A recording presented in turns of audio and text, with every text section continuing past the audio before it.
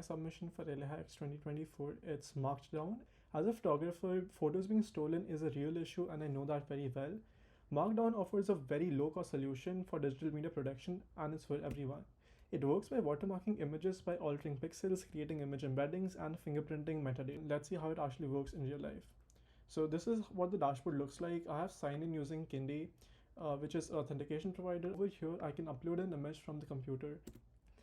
But right now what's happening is an invisible watermark is being applied to the image. These are three very easy steps: uploading an image, writing the title and description, publishing the image. And the three things that happened were an invisible watermark was applied. So this is the original image, and this is the one which has been marked down, or the watermark has been added. There is virtually no difference to the human eye. The second thing is a lot of the saved metadata in the image is pretty unique from image to image, and this was fingerprinted and it was saved as a unique identifier for that image.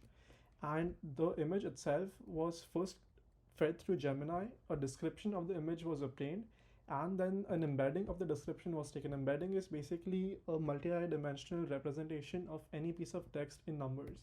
All of this is stored in MongoDB in my image and scan document classes. So there are multiple ways to check whether an image that you uploaded is perhaps stolen or not. The first one is a very easy one,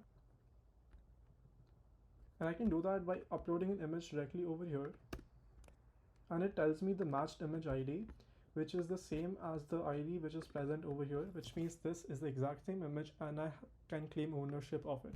The second option is using a Chrome extension.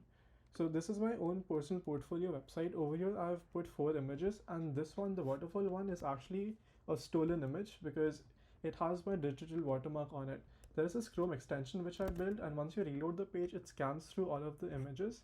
And if you hit scan on, let's say, a single one, it tells me that these 2 images are actually watermarked and these belong to me, and I can claim ownership of those. I can also hit scan site on top, and that adds all of the images which are present in this website to my own personal collection. I can review them later on if I suspect the rest of them might be stolen as well. And the third option is using Fetch.ai, who are the sponsor of LAHacks. If I quickly go back to the dashboard, I can actually put in a URL from any place. For example, let's just use my portfolio again, and I can hit enter, and I can scan the URL with Fetch AI. And what it does is that the Fetch agent is going through the entire DOM. It's taking out all the image tags and it's returning me all of the images which are present on that website. And these are all the images which are present over there, which may or may not be stolen. Let's say I suspect that these might be stolen.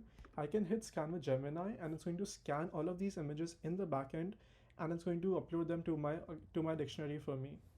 So what scanning with Gemini does is that it saves all of these images to this massive dictionary over here, and it compares all of the images that I have uploaded to the ones in my collection. So let's say this is the image I just scanned, and these are the images that my software thinks are similar to them. Obviously these aren't very similar, but for something like this, which is the exact same image, you can see there's a yellow box around it which suggests pretty high confidence.